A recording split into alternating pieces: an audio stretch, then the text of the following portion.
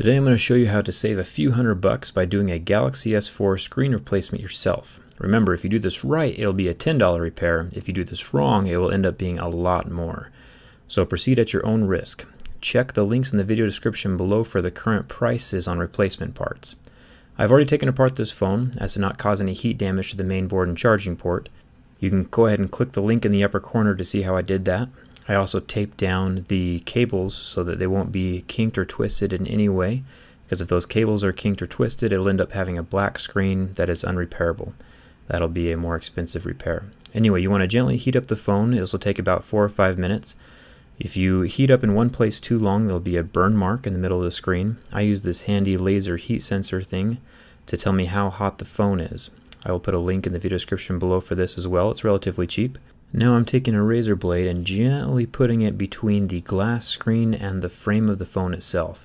The adhesive up at the top is a little bit different than the adhesive that is covering the LCD. So I'm using my knife to separate the top so I can slip my wire down inside. I'm being really careful because right here on this corner there are 2 ribbon cables that are in charge of the LCD and digitizer. If you rip those cables, you're toast and you have to buy the more expensive replacement part.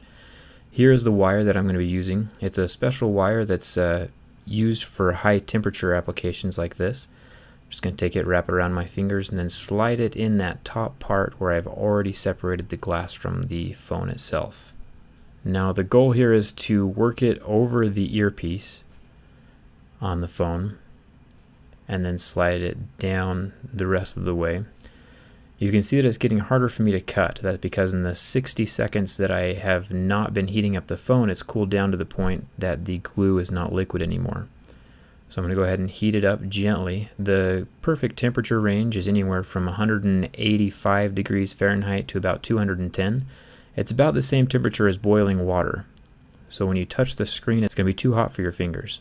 I'm going to use my knife to separate and clear off this corner one more time. And that should give me enough room to get this wire wedged down on the screen itself. And then I can tug downwards on both ends of the wire to separate the adhesive from the phone itself and the shattered glass that we're taking off. If your wire does catch on one of the glass shards, you can just lift it up with your razor and then continue going downwards again. What's nice about the Galaxy S4 screens is that they are laminated, so they don't come off in shards. They're all going to come off in one big piece. You can see up at the top of the screen my wire has grabbed this little blue piece of plastic. This is a shield that is over the LCD ribbon cable. I'm just going to reach in with my tweezers and pull that out. Sometimes the wire grabs it, sometimes it doesn't. Another method that you can use is playing cards. If you get like poker cards, you can use those to slide down in the screen instead of wire. I actually prefer the poker card method better than the wire method, so I'm going to make a video on that here in the next few weeks. So don't forget to subscribe if you want to see that. Now I'm going to heat up the phone again as it's cooled down too much for me to pull the wire through. Remember, once the phone gets too hot to touch, you're good to go. If it gets hotter than about 212 degrees though, you're going to start having burn marks on the screen. You can see how easily the wire slides between the shattered glass and the digitizer underneath. My wire does catch on a glass shard right here and rips the wire, so I'm just going to go ahead and pull it out the rest of the way, grab a new piece of wire, use my tweezers to just lift up the edge of the glass a little bit, and then start over with a new piece of wire. Pretty simple. The wire's pretty cheap as well, so it's not too big of a deal if it breaks. And then just continue separating the rest of the way down. It's getting colder. Down to 137. I'm going to go ahead and heat it back up to about 190, 200 degrees, and then continue separating it the rest of the way down. You have to be careful as you reach the bottom here because there is a little ribbon cable that is in charge of the menu buttons and the home button. So you just want to get the edge of the screen, and then once the screen is off, as you can see right here, you can lift up the glass and pull it away from the device itself. This is the little ribbon cable that I was talking about. And then I usually take my razor blade and just pry off the buttons from the glass itself, making sure not to tear the cable at all. Even though the cable's only about $4 or $5, it's nice if you can just reuse the old one. And then I'm just going to separate the last segment of adhesive from the bottom of the screen and then pull it off. Pretty straightforward, and honestly, if you've gotten this far, the chances are you're going to succeed. Getting the glass off is the hardest part. Here you can see the shattered glass and how it's laminated. Pretty good move. The Galaxy S3s weren't laminated, they would come off in shards. Anyway, so there is leftover adhesive on the screen of the phone, so I'm going to go ahead and just kind of roll that off with my finger. It comes off in chunks and is also strangely satisfying, so you can just sit here and roll off the rest of the glue.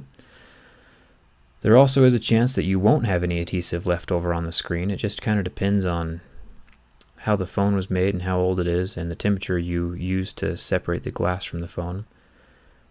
And now before I do anything else, I'm going to go ahead and test the screen just to make sure I'm not wasting my time by putting a new one on. Remember that the digitizer, which is the layer right underneath the glass, is about as fragile as an egg. And so if you break that, then you're toast. Here's the little wire. Right here in the corner is what normally rips. So make sure that there's no tears or anything in that cable. If there is a tear, buy a new one before you put the new screen on. Everything looks good with the phone. The touch works even though the glass is not on the screen. I'm going to go ahead and grab some denatured alcohol, which is an alcohol specifically made for electronics, to clean off the rest of the adhesive from the phone itself.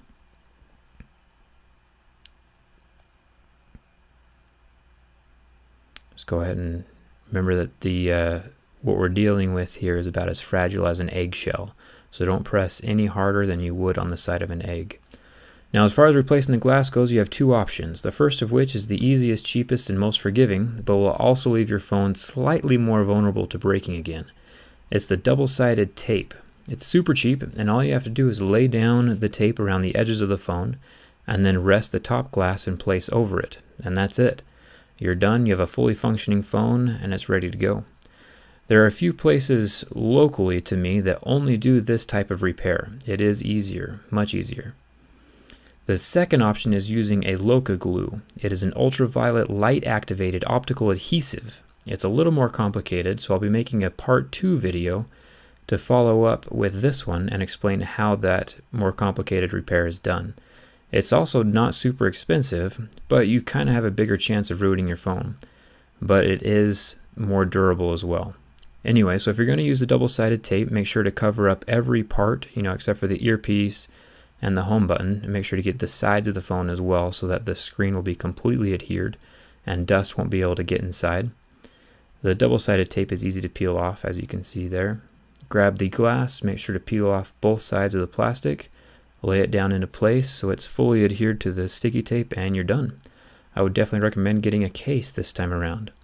Go ahead and click in the top corner to see how the Loca glue is done. Thanks for watching. If you have any questions, make sure to leave them in the comments. Don't forget to like if this video helped you, and don't forget to subscribe. It means a lot. Thanks for watching.